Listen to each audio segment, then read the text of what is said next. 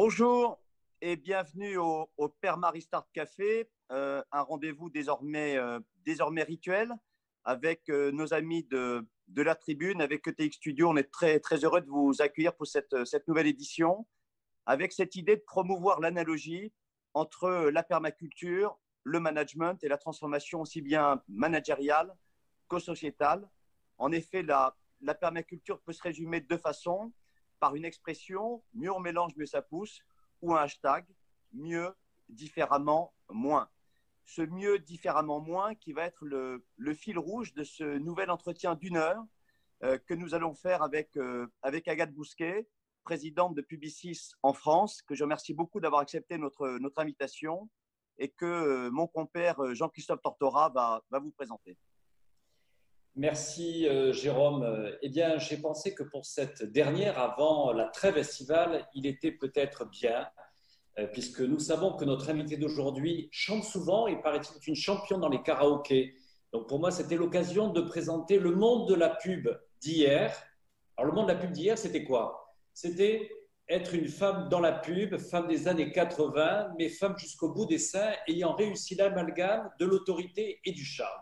Et puis, Jérôme, il y a le monde d'après. C'est celui du monde d'Agathe Bousquet, présidente de Publicis France.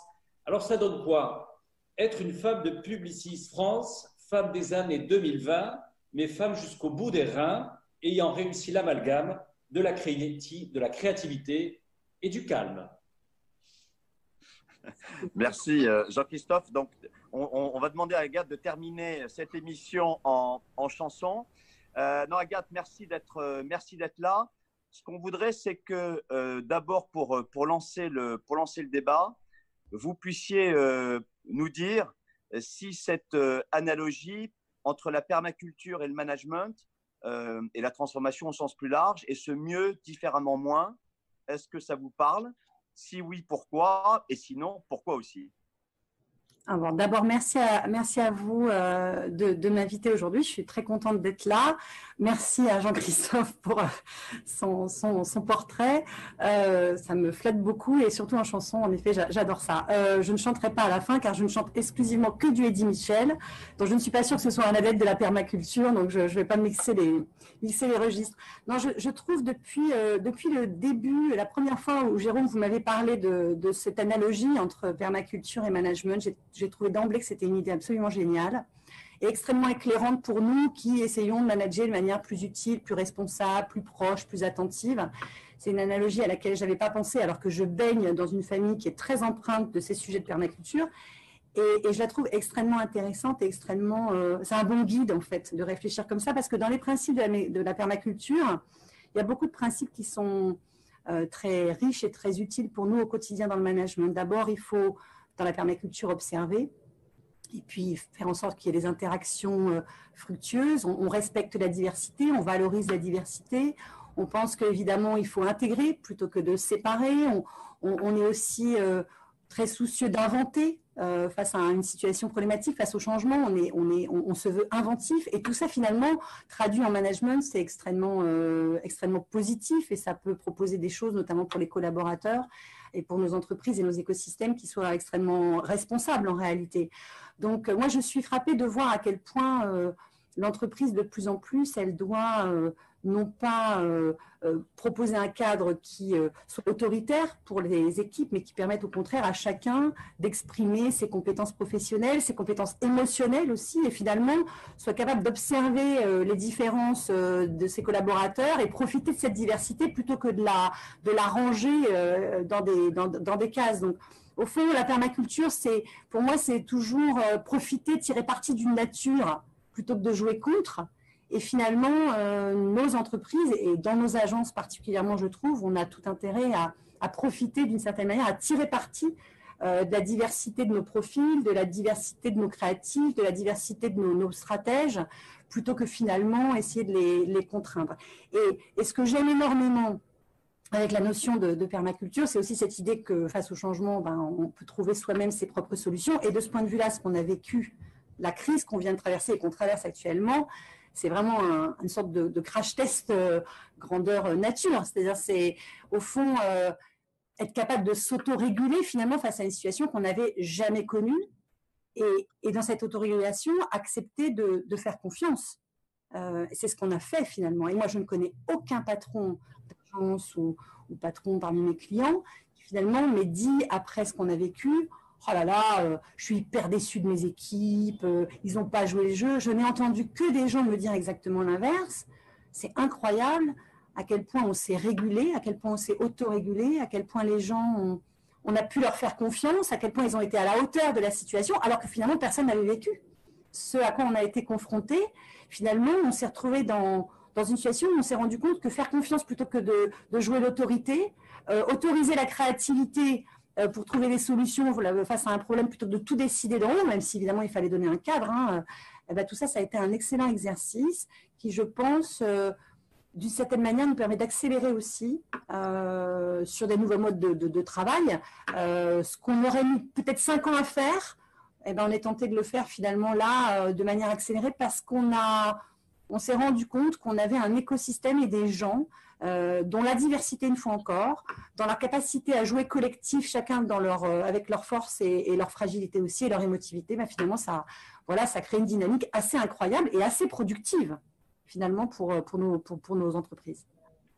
Donc, bravo pour l'analogie que je trouve chaque jour un peu plus juste dans notre manière de devoir trouver des équilibres dans un monde qui change tout le temps. Il faut quand même trouver des ressources et des équilibres positifs dans un monde qui est en permanence en changement. Agathe Bousquet, mieux, différent, moins.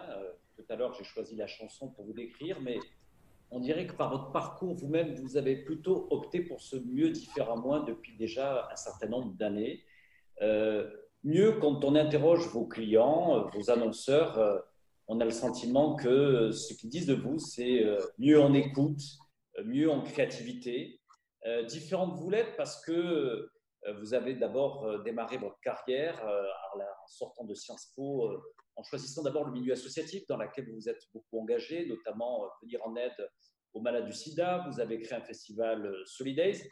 Vous avez peut-être au départ un parcours qui ne vous amenait pas du tout dans le monde de la pub, qui était très différent en tous les cas de vos engagements au départ. Et le moins, pour être dans cette analogie de la permaculture, moins de paillettes, c'était les femmes des années 80 dans la pub, et plus de sobriété. Mais j'ai envie de vous poser la question, Agathe Bousquet, entre ce que vous incarnez et qui aujourd'hui, vous avez eu la confiance de grands dirigeants dans les groupes de médias et communication, je pense à Yannick Bolloré et plus récemment, bien entendu, à Arthur Sadoun et à Maurice Lévy. Est-ce que vous vous épanouissez dans ce secteur, dans cette industrie? Et est-ce que la femme qui porte ce mieux, différent, moins est en train de faire évoluer cette industrie, ce secteur comme vous l'aimeriez? Alors, c'est une très bonne question. Alors oui, je m'épanouis, même si parfois j'ai quelques camarades altermondialistes qui me demandent de changer de voie. Quand je dis parfois, c'est presque tous les jours en ce moment qu'on me demande de changer de voie. Non, moi, j'ai une chance énorme, c'est que j'ai découvert la communication par sa plus profonde utilité. En fait, je ne suis pas du tout rentrée dans le monde de la communication. Je suis, par le hasard, liée notamment à mon amitié avec Luc Baruet qui a créé Solidarité Sida. Vous parliez du festival Solidaire, c'est vraiment à lui qu'on doit tout ça. J'ai découvert la force, l'utilité, la grandeur de la communication. Il n'y avait pas de possibilité de changer des comportements, de faire de la prévention, d'encourager les jeunes à avoir des pratiques sexuelles qui soient protégées sans le charme, l'intelligence, la stratégie et la créativité et la sensibilité des gens qui font la communication. Moi, je ne connaissais pas du tout ce métier, on ne l'avait pas appris à l'école, mais quand j'ai travaillé à la SOS, j'ai bien vu que ça servait à récolter des fonds, la communication, ça servait à créer des mouvements, ça servait à faire des campagnes, ça servait à collecter des dons, à rassembler, à donner envie d'être bénévole, à créer des festivals. Et en fait, j'ai eu l'impression que tout ça, c'était de la communication. Même quand on devait se battre contre des labos ou pour des réglementations, c'était de la communication. Alors parfois, elle est très militante, parfois elle est très empathique, parfois elle est radicale, parfois elle est violente, parfois elle est au contraire, elle est très diplomatique. Enfin, c'est de la communication. Moi, je ne comprends pas quand on me dit, mais c'est que de la com. Enfin, c'est-à-dire toutes les crises sociales et politiques qu'on connaît, c'est toujours des enjeux de communication. Donc, et de réconciliation, finalement, ou d'adhésion, ou de mobilisation. Donc, je considère ce métier comme extrêmement, dès le départ, ou cette matière, comme extrêmement utile et extrêmement noble, extrêmement positive. Il se trouve que j'ai découvert après, parce que je suis allée en agence, fascinée par le métier des créatifs, des stratèges, etc. Rapidement, je pensais que j'allais m'occuper du budget de la DGS, de la Direction Générale de la Santé, sur les campagnes SIDA, mais Stéphane Fuchs s'est dit qu'il fallait quand même assez rapidement me mettre sur des grandes marques, et avec Laurent Habib, voilà, toute la clique, ils m'ont poussé vers les grandes marques, et ils ont eu raison, parce qu'en réalité, il ne fallait pas que je sois juste dans une espèce de vision un peu idyllique de ce sujet-là, et en réalité, j'ai aussi découvert qu'il y avait des patrons d'entreprises, et des entreprises qui avaient envie que leurs marques soient engagées, soient pas... capable de se transformer, et que la communication, là encore, avait la possibilité de créer de la valeur. Donc, pour moi, ce qui est très intéressant, c'est qu'aujourd'hui, plus que jamais, et je l'ai vu se vérifier chaque année un peu plus, tous ces sujets s'imbriquent fortement, parce qu'on a une responsabilité en tant qu'agence, en tant que groupe de communication, à deux titres vis-à-vis de ce monde que je n'aime pas dire d'après, mais ce monde mieux, différemment moins. On joue un énorme rôle, selon moi. On joue un rôle d'abord parce qu'on est des patrons d'entreprise, donc c'est la manière qu'on a de faire notre métier. Et je pense qu'on peut le faire mieux tous les jours, je pense qu'on peut le faire différemment, je pense qu'on peut le faire aussi avec moins d'impact d'une manière générale. Et de ce point de vue-là, la crise que nous avons vécue accélère de manière radicale. Je pense que ce qu'on a fait en quelques mois, on l'aurait fait en 5 ans, notamment sur les logiques de production. On a aujourd'hui une mesure du cycle de vie des campagnes, une volonté d'éco-conception, des logiques de réduction de l'impact de la production qui a été accélérée parce qu'on a vu qu'on était capable de produire différemment les campagnes pendant la période de Covid, enfin pendant la période de confinement, on va dire. Donc, c'est super intéressant de voir qu'on peut vraiment, sur nos agences, faire beaucoup mieux en termes d'impact, faire différemment en termes de diversité et bien-être de nos salariés. Et puis, on a un autre rôle qui est encore plus intéressant, je trouve, qui est celui d'accompagner nos clients. Et je pense que là, comme dirait mon ami Gildas Bonnel, il faut qu'on assume qu'on a une intention. On n'est pas juste des consultants qui accompagnons des patrons ou des marques. Il faut assumer qu'on a une orientation, qu'on a une intention de faire mieux, que quand on conseille un patron, quand on conseille une entreprise, quand on les accompagne dans leur transformation, on ne doit avoir aucun cynisme. On est là pour prendre en compte, comprendre, les aider à comprendre ce que pensent les gens. Qu'est-ce qu'ils pensent, les gens? Ils veulent qu'on fasse mieux, ils veulent qu'on fasse autrement. Pour eux, le changement dans le durable, vers plus de durable, il n'est pas. C'est cette exigence de sens que nous disent les gens aujourd'hui dans toutes les enquêtes qu'on regarde. Ça nous aide, c'est notre meilleur allié pour encourager les patrons, les directeurs de marketing, les directeurs de la communication à faire mieux. Nous, on peut porter cette parole-là. On a un rôle de conseil. Donc, je n'ai pas perdu, depuis 25 ans que je fais ce métier, la foi que j'avais au départ. Je considère qu'on est utile, qu'on peut aider les gens à faire mieux, à s'interroger sur leur raison d'être, sur la raison d'être de leur puissance, parce que c'est vrai que quand on est chez Publicis ou Havas, vous avez cité Yannick, on accompagne beaucoup de très grandes entreprises. À quoi elle sert, la puissance de ces grandes entreprises, et comment elles peuvent s'engager positivement. Nous, on joue un rôle là-dedans, notamment parce qu'on fait le pont avec ce que ressentent les gens. Et ça nous donne une force de conseil sur laquelle il faut qu'on mette notre volonté de progrès. Alors justement, ce qui est intéressant, c'est que paradoxalement, le contexte dans lequel on est donne au fond encore plus de sens à tout ça et à la possibilité d'accélérer le mieux différemment moins dont on parle. Moi, je vais venir sur des choses assez concrètes. Vous êtes référent justement à l'éco-conception, donc sur le plan à la fois de la production, mais aussi sur le plan, par exemple, du management. Historiquement, Publicis n'était pas ultra pro-télétravail, et je sais que vous avez accéléré ça en arrivant, mais typiquement, l'avant, l'après, sur le plan stratégique, managérial et opérationnel, quels sont les marqueurs concrets que Publicis peut partager? Alors, vous avez raison, mais je pense que d'ailleurs, Publicis n'était pas en avance, je pense, sur le sujet du télétravail, c'est vrai. Moi-même, je le confesse, hein, je ne fais pas ce métier pour que les gens soient chez eux, enfermés derrière un ordinateur. J'ai choisi ce métier, plutôt que journaliste d'ailleurs, parce que j'avais l'assentiment qu'on était plus dans les logiques de travail en équipe. J'avais le sentiment que parfois le journaliste était un peu seul avec son ACRA. Mais en réalité, on a une attente énorme de la part de nos équipes aujourd'hui, d'un côté, qui est de tirer parti de tout ce qu'on vient de vivre pour essayer de voir comment est-ce qu'on peut être plus flexible, mieux prendre en compte ces modalités différentes à titre individuel pour avoir plus de… Voilà, ceux qui, à un moment donné, ont envie de passer une journée, 2 journées chez eux par semaine parce qu'à un moment donné, c'est plus simple et ça ne gâche absolument pas le travail en équipe et ça ne gâche absolument pas la productivité. Donc, on a une attente très, très forte, il faut l'entendre. Et de l'autre côté, je pense qu'en effet, on est dans un contexte où on a une confiance qui a été renforcée par ce qu'on a vécu. Donc, c'est aussi ça, d'une certaine manière, pour revenir à la permaculture, c'est ça le rôle d'un patron, d'un manager, c'est de se dire on a une situation qui a montré de nouvelles formes d'interaction, qui a aussi poussé un certain nombre d'attentes de manière plus lisible, plus visible. Comment est-ce que je trouve le cadre, je fixe un cadre nouveau dans lequel aussi j'accepterai une part d'autorégulation. La difficulté que moi j'ai aujourd'hui, c'est que j'ai un élan énorme sur ce sujet. C'est-à-dire qu'on a lancé une enquête interne, je crois que 40 sur le futur, qu'on a appelé Future of Work. Et en 24 heures, on a eu 2000 personnes qui ont répondu, en France, hein, parce que l'enquête, elle a été mondiale, mais en France, 2000 personnes qui ont répondu en 24 heures à ce questionnaire au sein de nos agences sur le Future of Work. Ce qui prouve qu'il y a eu un intérêt mais énorme et une envie de participer à construire la suite de l'histoire. Ce qui prouve qu'il y avait aussi une envie de dire on a bien bossé, on a été à la hauteur, donnez-nous la possibilité de faire autrement et de construire autrement notre cadre de travail. Donc nous, on est en train, suite à cette enquête-là, on a eu les résultats il y a quelques semaines, on a monté des groupes de travail avec les salariés.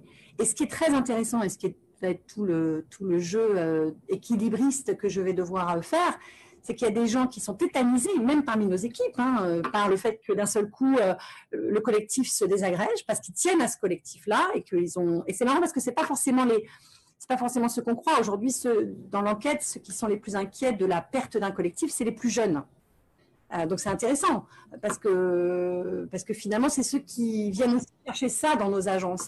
Ils viennent chercher une transmission, ils viennent chercher la possibilité d'exister dans des écosystèmes où on est un peu plus horizontaux, on est un peu moins hiérarchique. Une réunion, ça peut être l'occasion pour eux de faire valoir une idée, alors qu'en Zoom, peut-être qu'ils le feront moins naturellement.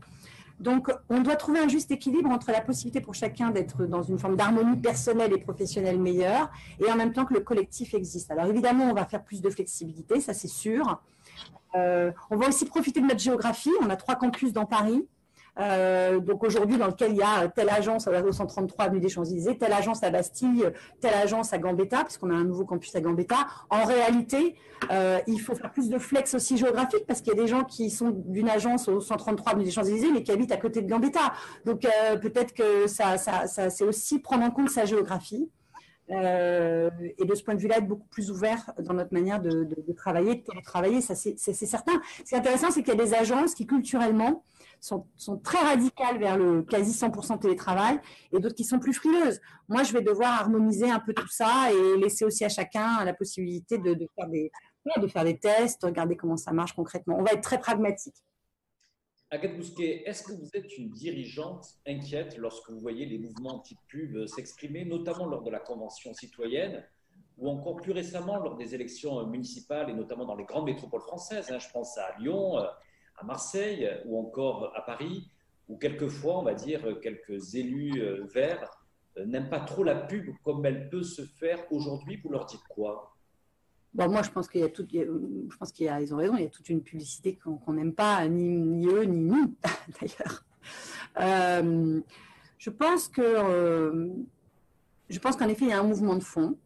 Des anti-pubs, il y en a toujours eu, mais il y a un mouvement de fond.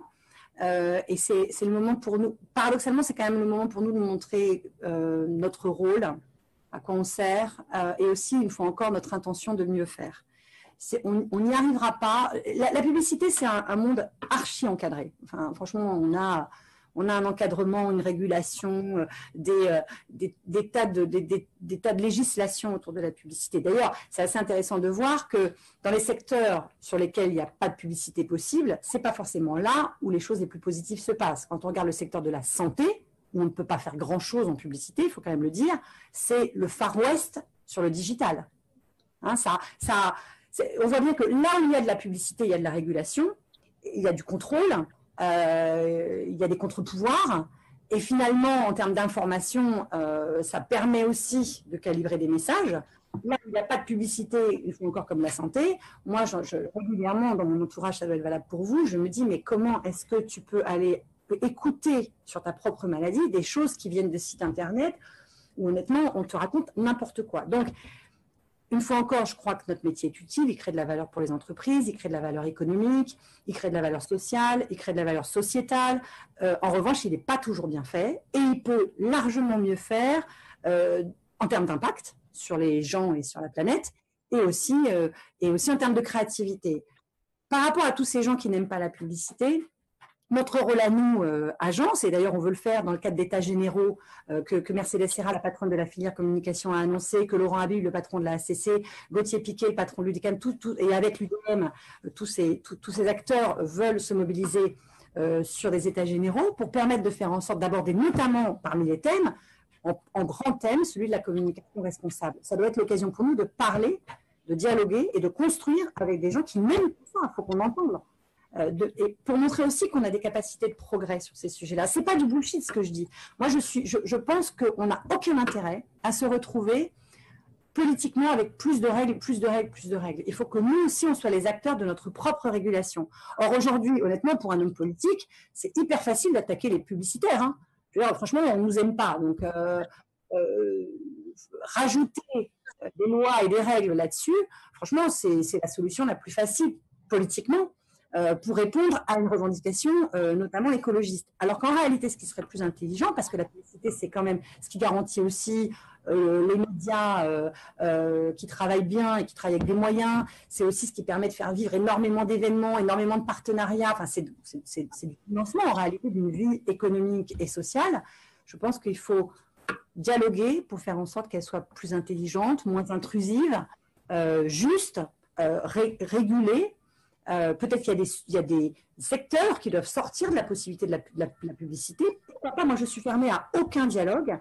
En revanche, je pense qu'on ne peut aujourd'hui pas considérer que sous prétexte de supprimer la publicité, on réglera tous les problèmes de l'écologie. Donc, je refuse une radicalité politique de ce point de vue-là. Je préfère une forme de tentative de co-construction, quoi. Vas-y, Jean-Christophe. Non, mais justement, je voulais rebondir sur ce que vous dites, Agadoucé, c'est à la fois en effet quelle place pour la pub dans la relance économique. Peut-être on n'a pas suffisamment de notre industrie, mais est-ce que d'après vous, tout ceci, ces difficultés, il y a eu des plans d'économie qui ont été annoncés en grands groupes dont vous faites partie, est-ce qu'on va vers une concentration du secteur à la fois pour des questions offensives ou pour des questions aussi défensives? Comment ça s'annonce là, le monde de la pub à la rentrée? Moi, je pense que dans la relance, au-delà du fait que nos agences, je pense vraiment, jouent un rôle énorme dans la relance des entreprises, des marques, etc. Je pense qu'on ne le dit pas assez. On était lors de l'Assemblée générale de la ACC, qui est notre syndicat, on expliquait à Roux de Bézieux à quel point 1 euro investi en publicité, il y a un retour sur le PIB qui est fondamental. Nos industries sont des industries qui créent de l'emploi. Nos industries sont aussi créatrices de valeur immatérielle et d'une certaine manière, tout ce qui est idée, créativité, tout ça est au cœur de notre économie. Donc, on doit défendre notre secteur pour ces raisons-là. Mais en réalité, c'est vrai que dans la relance, je pense qu'il y a, pour que nos agences s'en sortent, et nos groupes s'en sortent, il faut toujours se poser la question, se dire est-ce que j'ai la bonne structure et est-ce que j'ai la bonne culture face à la crise qui, en effet, est une crise sanitaire, économique, et sociale, et qui ne va pas se régler a priori en quelques mois, ou en tout cas pas en quelques semaines. C'est clair que la question de la résistance de nos groupes, elle est clé. Et est-ce qu'on a la bonne structure pour ça, les bonnes capacités face à l'exigence de nos clients, et est-ce qu'on a la bonne culture pour faire face à ces difficultés? Moi, je considère aujourd'hui que Publicis a les bonnes capacités parce qu'on a à la fois de la création, des data, de la techno, et que finalement, dans la transformation marketing dont nos clients ont besoin, on a à la fois la capacité stratégique et créative, mais aussi la capacité digitale et data de bien accompagner nos clients qui ont besoin d'être plus puissants. Mais on a aussi renforcé la culture. On a renforcé la culture du travail ensemble, de l'unité. On est moins en silo qu'avant. On a des agences qui ont ça fait quelques années déjà, mais particulièrement dans cette crise, ont vraiment prouvé leur capacité à s'unir pour proposer des choses nouvelles à nos clients. C'est clair qu'il est possible que face à la crise, parce que c'est une solution, c'est toujours une solution, il y ait des consolidations, il y ait des rachats, etc., etc. Évidemment, je n'ai aucune idée de ce qui va se passer, et de toute façon, quand bien même j'en aurai une, je ne vais pas ici livrer des scénarios ou faire des conjectures, ce n'est pas le sujet. En revanche, ce qui est sûr, c'est qu'il faudra toujours se poser la question, à mon avis, si consolidation il y a, si rapprochement il y a, etc., de ces deux jambes-là. Quel sens ça a d'un point de vue structure, d'un point de vue capacité, par rapport à ce rôle que je veux avoir d'accompagner la transformation marketing de mes clients? Est-ce que ça fait sens d'être ensemble avec quelqu'un d'autre, voilà, d'un point de vue structurel, d'un point de vue capabilities, comme on dit en anglais? Et puis, est-ce que ça fait sens et comment est-ce que ça peut faire sens d'un point de vue culturel? Parce qu'on peut détruire énormément de valeurs en croyant faire des rapprochements défensifs, offensifs. À la limite, c'est toujours un rapprochement, c'est toujours à la fois un peu défensif et défensif, mais enfin offensif et défensif, mais voilà, je pense qu'il faut toujours une vision à ça. Ça peut pas être que financier, ça peut pas être que économique. Il faut quand même projeter une vision de l'entreprise, et ça veut dire s'interroger comme ça sur à la fois sa structure et sa culture. Alors justement, sur structure, culture, et finalement au-dessus de tout ça, il y a la créativité qui est la notion mère dans ce métier. Et il y a un événement tous les ans à Cannes, les fameux Lions de Cannes, qui cette année, évidemment, Covid oblige, ont été annulés. Et là, vous avez fait un truc, j'avoue, assez formidable, où vous avez créé les Cannes Do Awards. Et il y a eu un film sur Internet, j'avoue, assez marrant, où on voit Dune dans un Ouigo. Donc ça, je pense que la bourse a dû apprécier le sens de l'économie légendaire de Publicis.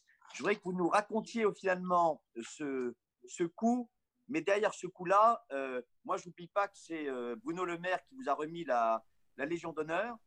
Bruno Le Maire est le ministre de la Relance, désormais. Donc, est-ce que le message sous-jacent, c'était dire à quel point la France, d'abord, a besoin de communication, a la chance d'avoir deux groupes mondiaux avec Havas et Publicis. Et voilà, quel était l'objectif et quels ont été les résultats, l'impact en interne, à l'externe vis-à-vis des journalistes, des clients, en France et dans le monde, parce qu'au fond, vous avez ramené Cannes en France, au fond. Alors, Cannes est en France.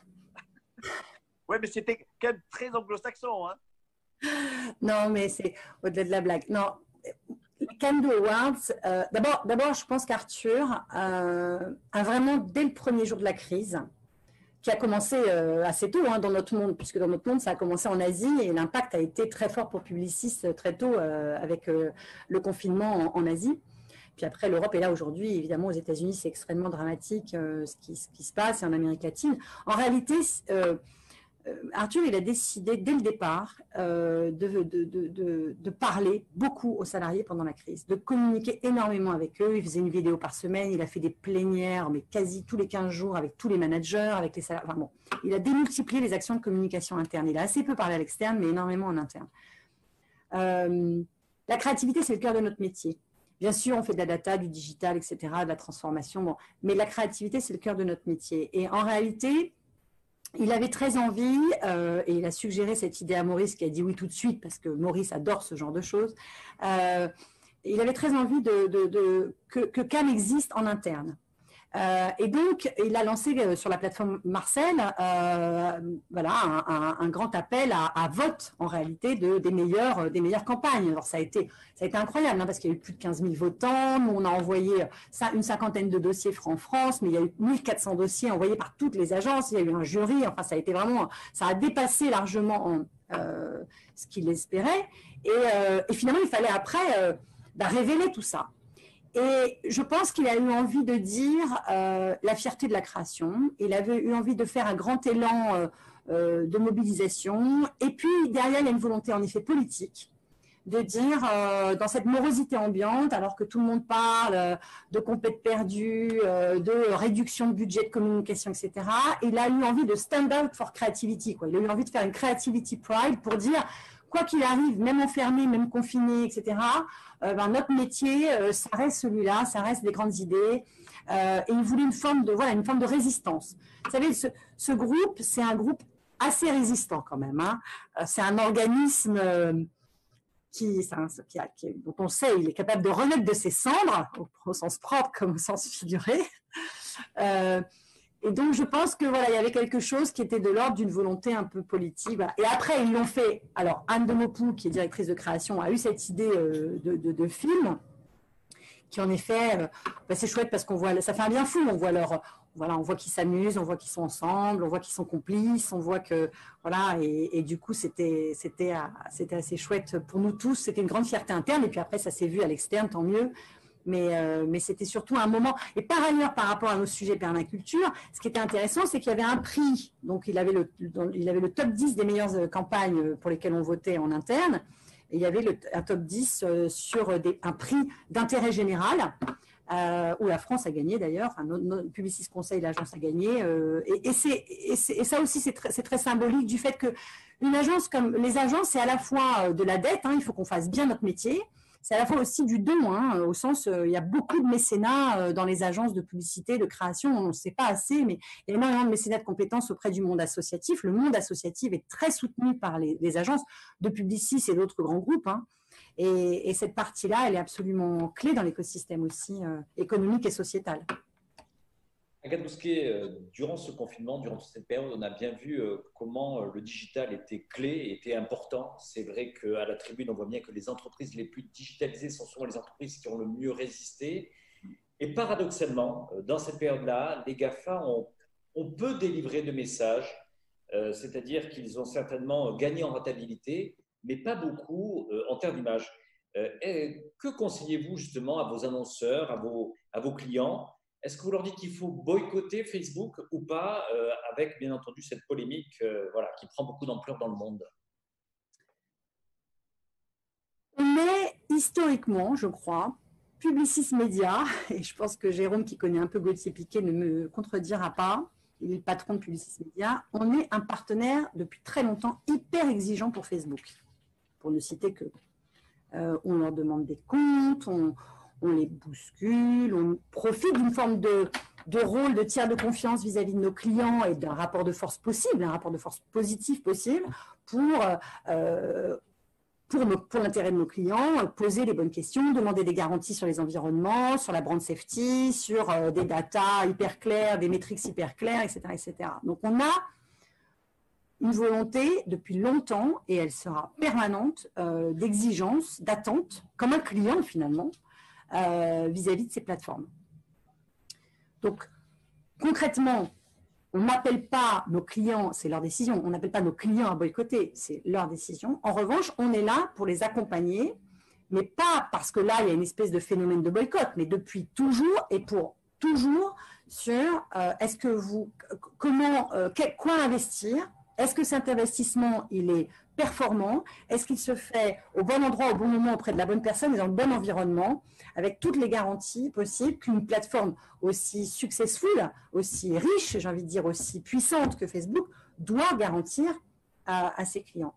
Ce que j'ai envie de dire, c'est que oui, là, il y a une espèce de projecteur qui est mis parce qu'il y a un environnement politique et social extrêmement chrysogène et sans doute que ça permet d'éveiller des consciences sur ça, mais il ne s'agirait pas juste de mettre une espèce de pression très forte et pour qu'elle retombe après. Le sujet c'est en permanence finalement d'avoir un rapport constructif, intelligent et super exigeant, super attentif pour faire en sorte en effet qu'eux progressent. Nous, on nous demande de progresser tous les jours et on demande à ces plateformes aussi d'être capables de progresser, de s'engager, de donner toutes les garanties possibles aux clients. Donc, c'est vrai que moi, je pense qu'ils ne se sont jamais autant posé de questions. Je pense que ça les oblige à faire mieux. Mais il ne faudra pas juste regarder les réponses à la sortie du boycott. Le sujet, c'est dans la durée que ça va se jouer. Et c'est notre rôle à nous de donner les éléments. Il y a des clients qui veulent boycotter, il y a des clients qui ne veulent pas. Dans tous les cas, on doit être un tiers de confiance. C'est vraiment ça le sujet.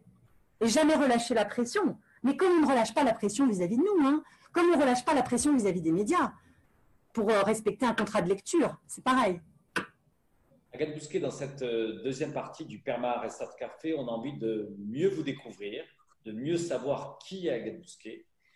Ce mieux différemment moins, j'ai dit tout à l'heure, femme des années 2020, c'est quoi le leadership pour vous dans le mieux différent moins de ce que vous portez aujourd'hui en matière de management au sein des équipes de Publicis?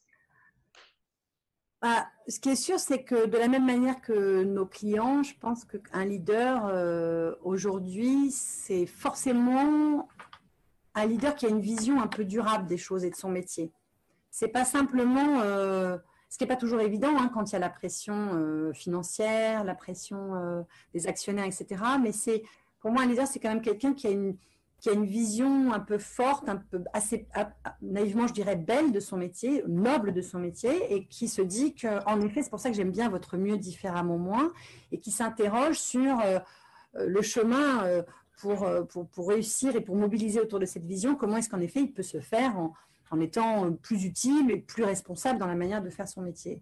Et je pense que les gens, aujourd'hui, et notamment la nouvelle génération, elle attend vraiment ça de notre leadership. Moi, je suis frappée de voir à quel point, avant, ce n'était pas le cas il y a encore 5 ou 10 ans, mais aujourd'hui, quand je fais des plénières avec les salariés ou avec les managers, mais systématiquement, la première question qu'on me pose, c'est toujours une question connectée à la responsabilité, la manière de faire bien son métier. C'est jamais, ça commence jamais par, bon, comment ça se passe pour les bonus en fin d'année. Ça commence toujours par une espèce de, là encore, de rapport de force avec moi ou avec les managers qui m'entourent sur comment est-ce qu'on peut faire mieux, comment est-ce qu'on peut faire autrement, comment est-ce qu'on peut avoir moins d'impact, comment est-ce qu'on peut plus se rassembler. C'est toujours ça. Donc, nous, en tant que leader, évidemment qu'on n'est pas que des managers. Il faut qu'on ait une vision pour créer de la valeur, qui soit une vision aussi tournée vers nos clients. Mais cette performance-là, quand on l'imagine, on doit l'imaginer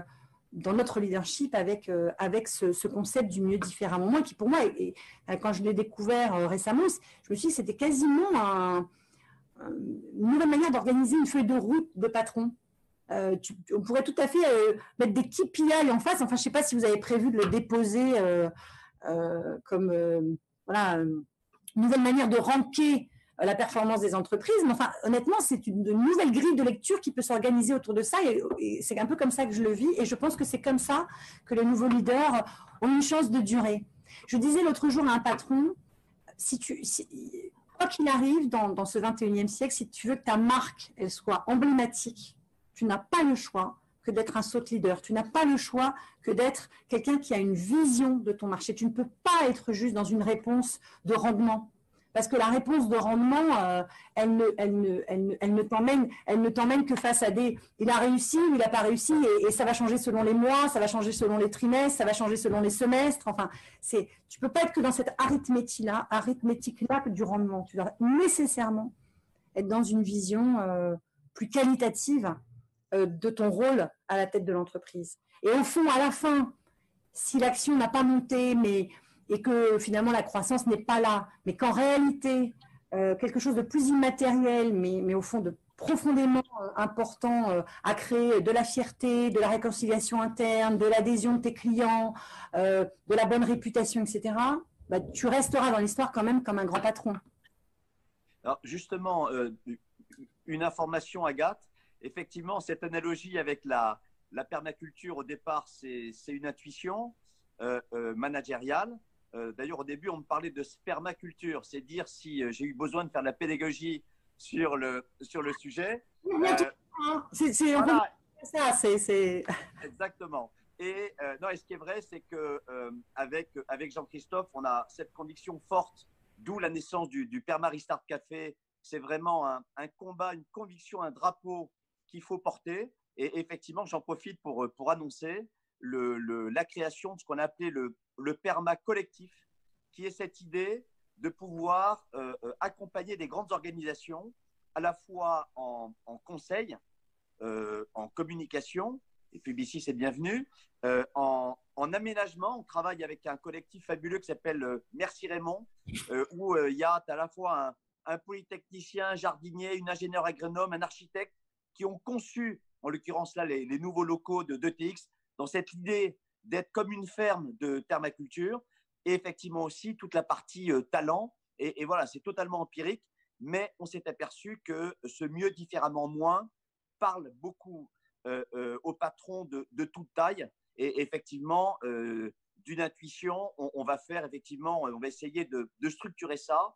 Et on sera ravis dans ce collectif, c'est le principe même d'un collectif, d'embarquer toutes les bonnes volontés, parce que ça nous paraît extrêmement important, d'abord je pense vraiment pour l'économie française, parce que l'économie française a l'opportunité de générer finalement une nouvelle forme de leadership en termes de talent, mais aussi des nouvelles leadership dans les entreprises.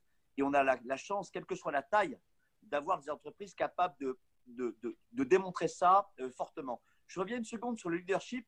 On a eu la chance de recevoir ici Aurélie Jean, à votre place, Arnaud Montebourg et Bertrand Piccard. Et ce qui m'a beaucoup frappé avec Arnaud Montebourg et Piccard, c'est que finalement Arnaud Montebourg nous disait sa définition du leadership, c'était vision, conviction et liberté. On a vu à quel point la liberté était un mot extraordinairement fort pour lui. Et il a dit, au fond, c'était peut-être un message subliminal, mais plus aucun homme politique ne devrait l'être sans avoir été entrepreneur. Pour moi, j'ai trouvé que j'ai jamais vu une telle déclaration d'amour à des entrepreneurs et aucun homme de droite d'ailleurs aurait osé dire ça. Et pour ce qui est de Bertrand Piccard, il nous a parlé de vision, de passion et de capacité à faire des décalages. Il nous a dit un truc formidable, son fameux avion Solar Impulse, toute l'industrie aéronautique lui a rayonné et il l'a conçu avec un chantier naval. Et donc moi, ça m'intéresse beaucoup en disant finalement, quel est le chantier naval que chacun doit trouver à la fois dans sa vie personnelle et dans son rôle de leader économique comme vous et politique comme le sont tous les dirigeants confrontés aujourd'hui à la crise. Et donc, s'il y avait 3 mots-clés, quels seraient les vôtres au fond? Ce qui est sûr, c'est que je suis très sensible, comme je l'ai dit, à la vision. Je pense qu'en effet, il n'y a pas de possibilité sans vision. Je pense quand même qu'il y a un vrai sujet en effet, d'envie, de passion. Ça, je suis d'accord. Toutes les grandes choses que j'ai vues autour de moi se faire, c'est vraiment parce qu'il y avait des gens qui étaient passionnés, qui avaient une espèce d'audace. Vous parliez de Solar Impulse. Moi, j'ai connu Luc Baruet dire je vais monter un festival rock à Paris pour les jeunes, la solidarité, etc. Et tous les professionnels de la profession, parce qu'à l'époque Rock en scène n'existait pas, Will of Green n'existait pas, lui dire non mais ça ne marchera jamais. Je me rappelle de Jean-Jacques Goldman qui est un grand soutien de l'association, disant mais Luc, je fais plus d'entrées tout seul que si je me mets avec Cabrel qui fait plus d'entrées que moi. Donc les gens n'aiment pas les mix, les mélanges comme ça. Je suis pas sûre que nos festivals va marcher. Et on est sorti de cette réunion. Et moi, j'étais complètement démoralisée. J'avais 22 ans. Je dis, mais on va pas le faire. Il m'a dit, mais bien sûr que si, qu'on va le faire. Mais je dis, mais tous les professionnels de la profession disent qu'il faut pas le faire. Il dit, mais et alors? C'est parce que ça n'existe pas qu'ils disent qu'il faut pas le faire. Mais un jour, ça existera et tout le monde dira, bah, évidemment qu'il fallait le faire. Donc, je suis très sensible, en effet. Il avait une passion, il avait une envie qui dépassait la possibilité rationnelle de croire que c'était possible ou pas possible. C'était voilà. Et après, moi, je crois quand même beaucoup à... Alors, je ne sais pas le mot si c'est solidarité, mobilisation, ensemble, mais moi je crois on doit partager l'intelligence. On peut décider tout seul, mais d'abord on partage l'intelligence, on partage le faire. On est franchement dans un monde dans lequel, bien sûr, il y a souvent un homme ou une femme qui a une idée incroyable, mais dans cette relance, mais comme dans tout ce que je vois, même la ferme du Bec et Loin, évidemment, c'est une aventure d'un homme, d'une femme, d'un couple incroyable. Mais je veux dire, ils ont mobilisé autour d'eux de manière phénoménale pour faire en sorte que cette ferme soit ce qu'elle est devenue. Et du coup, oui, je pense il faut une vision, il faut une envie débordante. Il y a un truc vraiment, mais dans les tripes de la personne. Mais derrière, il faut mobiliser, il faut de la solidarité, il faut embarquer les gens. Il y a une logique d'adhésion que je trouve super intéressante. Moi, quand je suis arrivée chez Publicis, j'ai évidemment été formidablement positionnée par Arthur et par Maurice, mais en réalité, et bien sûr, j'avais une vision pour cette boîte, bien sûr que j'avais une envie débordante, mais en réalité, si je n'avais pas mobilisé autour de moi des gens extraordinaires pour mener pour diriger cet ensemble de manière plus unie, j'aurais réussi à rien du tout, quoi. Je pense que la mobilisation des autres, elle est absolument clé pour réussir toute entreprise. Agathe Bousquet, on a souvent dit que le monde de la pub était un monde un peu qui tournait en vase clos, une sorte d'aquarium où les gens restent entre eux. Vous, justement, vous avez fait un peu tout le contraire. Je disais, vous avez démarré d'abord par un engagement très fort dans le monde associatif, puis vous êtes devenue communicante. Donc, finalement, ce mieux on mélange, mieux ça pousse, ça a fonctionné pour vous. Est-ce que vous êtes une exception ou vous pensez que justement ce monde de la pub, ce monde de la créativité est en train de s'ouvrir à d'autres profils, ce qui était votre cas? Alors, oui, alors c'est vrai que je discutais avec le patron de Sciences Po, Frédéric Mignon, qui me disait, il y a 25 ans, quand tu es sorti de l'école, tu allais dans le monde associatif, tout le monde trouvait ça bizarre. Et il m'a dit, t'inquiète, 25 ans après, mais c'est vraiment le modèle dominant. C'est-à-dire que cette jeune génération, elle se... D'ailleurs, parfois, elle est moins politisée, hein, mais elle est plus engagée, elle est plus associative, elle est plus encouragée à aller vers des ONG ou vers un monde non lucratif au début de sa carrière. Donc, en réalité, ce qui était plutôt rare il y a 25 ans est devenu un peu la norme de suivre finalement sa propre voie de son leadership. C'est-à-dire, j'ai une intuition, j'ai 20 ans, j'ai 25 ans, j'ai envie d'aller m'engager dans une association. Je ne vais pas tout de suite aller dans la grande entreprise, je ne vais pas tout de suite donner le sentiment à mes parents que je construis un début de carrière. En réalité, ce faisant, je construis un début de leadership et un début de carrière quand même. Moi, j'ai toujours dit que je ne serais pas patronne de Publicis en France si je n'avais pas commencé à Solidarité Sida. J'en suis mais convaincue. Donc,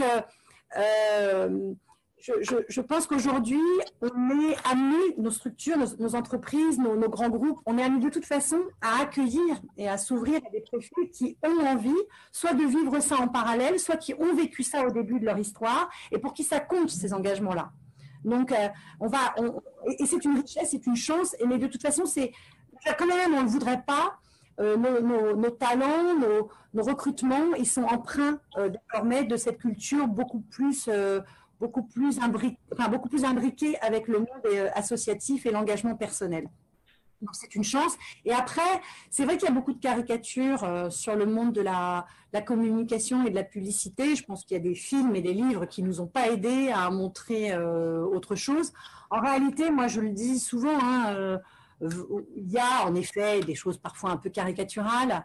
Enfin, globalement, il y a, je trouve, beaucoup d'intelligence quand même. Hein. Ce sont des milieux où il y a une très grande ouverture à ce que pensent les gens, où en est l'opinion, que ressentent les... Voilà, on écoute énormément, on observe énormément, on voit les tendances. Donc finalement, c'est pas un monde complètement homogène et fermé. C'est un monde qui sort, qui est assez cultivé, qui s'intéresse à plein de choses, avec des personnalités, des personnages très sensibles. Les créatifs sont des gens très sensibles, qu'on a caricaturé parfois, mais honnêtement, que moi, je leur reconnais surtout des grandes qualités d'humanité, de sensibilité, ces gens qui sentent les choses. Donc, je n'ai pas l'impression de vivre dans un bocal. Ce qui est plus compliqué, et là on doit progresser pour justement ne jamais être un bocal, c'est qu'on doit s'ouvrir, on doit régler des questions de diversité. Donc on n'a pas du tout réglé. Nous, ça fait très longtemps qu'on bosse là-dessus avec des partenariats associatifs, etc. Mais enfin, force est de constater quand même qu'on a un gros boulot à faire pour accueillir des jeunes qui viennent de milieux moins favorisés, pour s'ouvrir à la diversité. On a encore énormément de boulot à faire. On a fait beaucoup de progrès sur l'égalité homme-femme. Nous, on a eu une bonne note, là, le groupe Publicis, on a énormément bossé pour avoir de meilleurs rankings sur l'égalité homme-femme. On est évidemment très, très fort pour dire vive à la différence quand il s'agit d'accompagner ou de promouvoir la lutte contre les discriminations, notamment avec des associations ou des réseaux internes LGBT+. Mais, OK, mais il y a une autre face nord, si j'ose dire, qui est celle de la diversité et de l'accueil de populations voilà, moins diplômées, venant de milieux moins favorisés. Et là-dessus, on le voit bien, ça va être un des gros sujets de notre nouveau gouvernement. Hein, c'est faire face à une injustice sociale qui est galopante quand même, et sur laquelle on doit assumer d'avoir un rôle. Alors justement, on va parler du nouveau gouvernement. Puisque Jean Castex, le nouveau Premier ministre, est vraiment très sympa parce que dès sa première interview dans le JDD, il a parlé de faire, en parlant de l'État, mieux et autrement. Et donc, je trouve que c'est intéressant de voir à la fois un haut fonctionnaire comme lui maire de Prades, donc qui est finalement la France d'en haut et d'en bas, pour reprendre l'expression. Au fond, qu'est-ce que vous attendez du leadership politique? Donc finalement, vous comme chef d'entreprise, comme communicante, qu'est-ce que vous attendez de l'État et plus largement du leadership des uns et des autres? Et deux, est-ce que vous avez un avis sur ces premiers pas de Premier ministre, sur le casting gouvernemental et les débuts tonitruants du ténor des barreaux? Voilà, un peu avoir votre sentiment sur tout ça. Bah, d'abord, je trouve ça encourageant d'assumer qu'il faut faire mieux et autrement. Ça veut dire qu'on considère que ça a le mérite de faire mieux et autrement. Et j'ai envie de dire, heureusement. Après, c'est bien de le dire, mais heureusement qu'il part avec l'intention, la volonté, la vision de faire mieux et autrement, parce qu'il faut faire mieux et autrement. On est confronté, sincèrement, on est confronté, il y a une urgence sociale, économique, sanitaire, politique, enfin, sur tous ces fronts-là. Moi, je crois beaucoup au rôle de l'État, je crois beaucoup au rôle de l'intention, de la vision de l'État pour ça. Donc, c'est fondamental qu'ils partent avec cet élan-là. Après, je le jugerai sur les actes. Moi, je ne juge pas quelqu'un au fait qu'il ait un accent plus chantant ou moins chantant que celui d'avant. Et honnêtement, je fais assez peu de commentaires sur la communication politique en général, mais ce qui est sûr, c'est que c'est fondamental ce qui est en train de se passer là. On est vraiment dans une crise majeure, très complexe, elle est multiforme, et au fond, ce que j'aimerais, mais ça peut paraître un peu conceptuel, mais ce que j'aimerais, c'est qu'ils se battent au service d'une réconciliation des gens. Parce qu'on voit bien, c'est mon ami Brice Teinturier qui me racontait ça un jour, à quel point la France, elle est dans les études de plus en plus divisée, avec une France, pour faire court, qui est encore optimiste et une autre qui ne l'est plus du tout.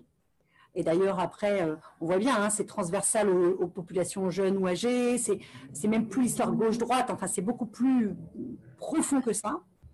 Et la question, c'est comment est-ce qu'un homme politique aujourd'hui, quand il arrive, il peut encore avoir l'élan, le pragmatisme, l'envie par ses actes, de ne pas diviser, mais vraiment de réconcilier. Et de trouver bien sûr qu'il y a des oppositions, bien sûr qu'il y a du débat, bien sûr qu'il y a des désaccords, mais comment est-ce qu'on trouve des points d'ancrage sur lesquels on peut être ensemble? D'une certaine manière, ce qui s'est passé pendant la crise a révélé certaines choses essentielles pour tous, sur lesquelles on peut capitaliser. Et je pense que c'est quand même aujourd'hui hyper important face à ce qui nous attend, qu'on soit capable de ne pas attiser des tensions.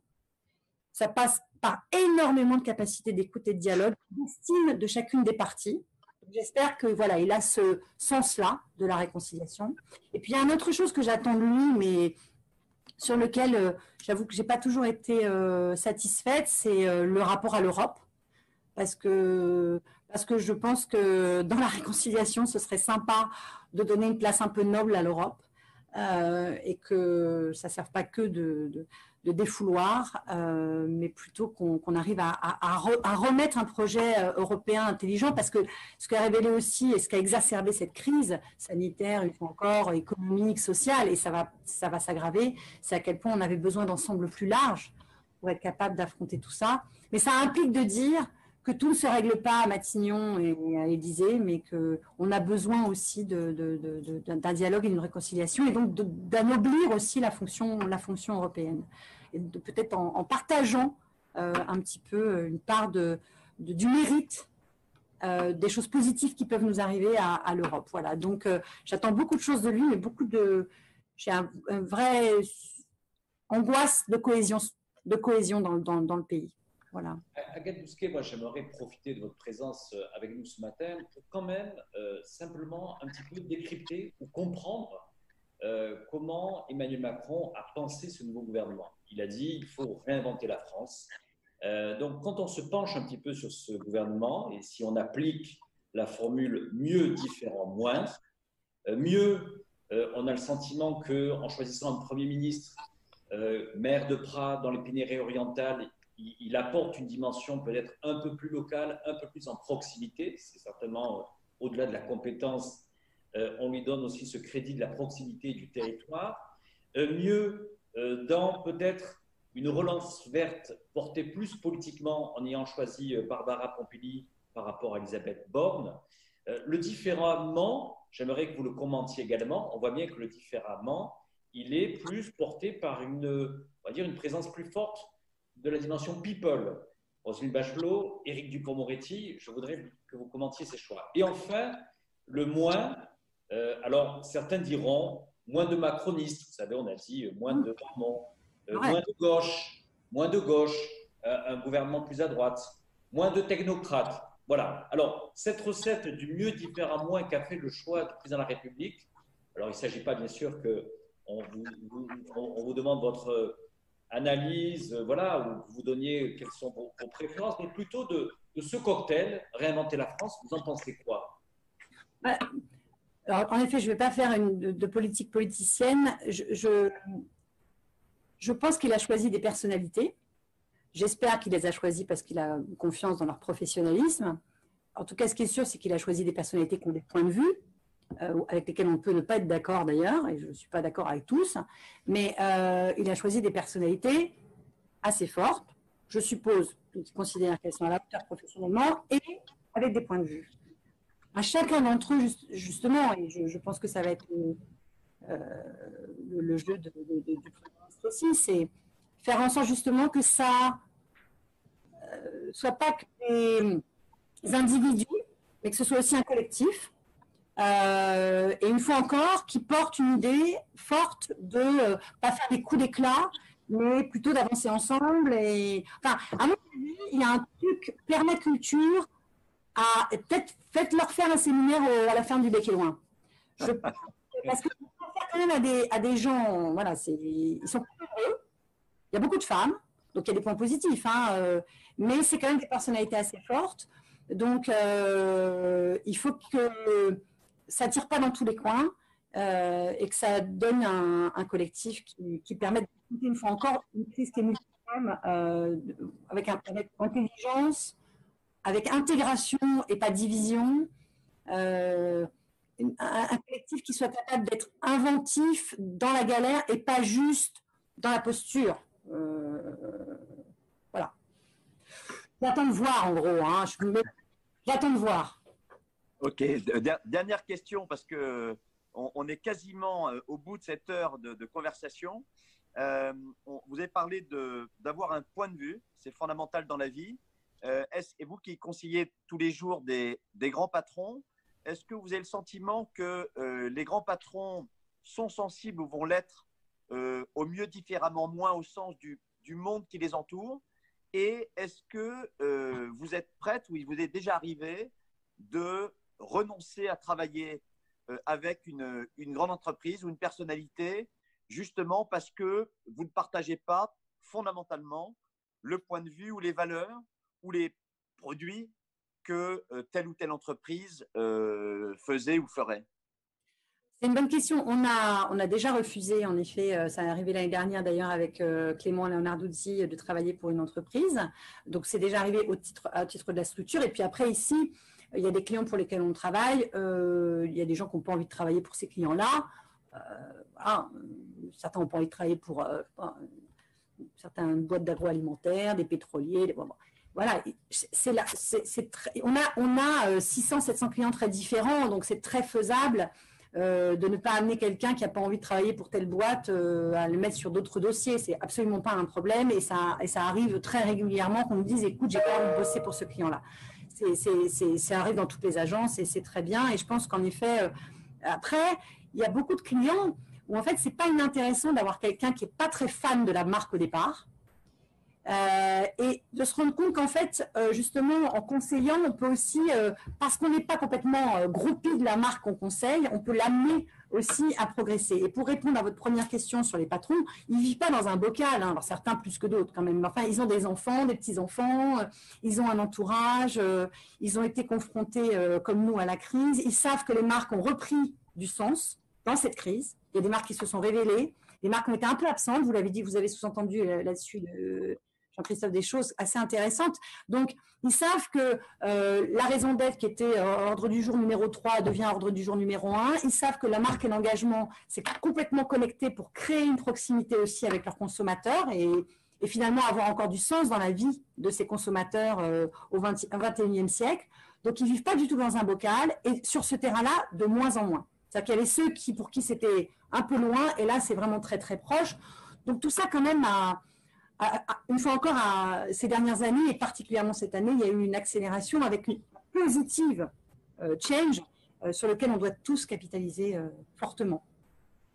Agathe Bousquet, je voulais simplement dire un mot de conclusion avant de laisser la parole à mon compère Jérôme.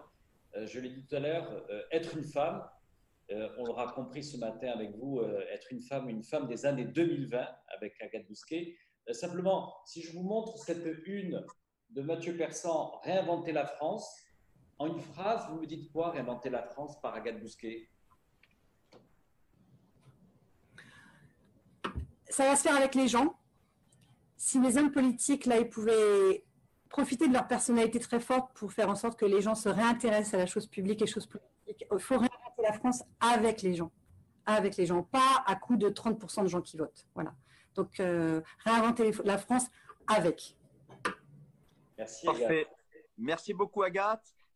Merci, Jean-Christophe. Merci à toutes celles et tous ceux qui nous ont suivis, nombreux, j'imagine. Rendez-vous au mois de septembre pour la reprise des Pères Marie Start Café tous les 15 jours, avec toujours cette idée de faire venir des personnalités du monde économique comme Agathe aujourd'hui, comme Arnaud Montebourg, Picard. Donc, on va alterner dans tous les sens du terme. Et le 15 octobre, on organisera un moment physique, un événement, parce que nous aussi, on considère qu'il faut être volontariste. Et donc, le Permaforum sera organisé à Paris le 15 octobre. Voilà, Agathe, merci infiniment. Jean-Christophe aussi. Bon été à tout le monde. Reposez-vous parce qu'on en a bien besoin. Et en même temps, mieux, différemment, moins, plus que jamais. Merci beaucoup. Merci Jérôme, au revoir. Merci Agathe. Merci à vous. Merci à vous.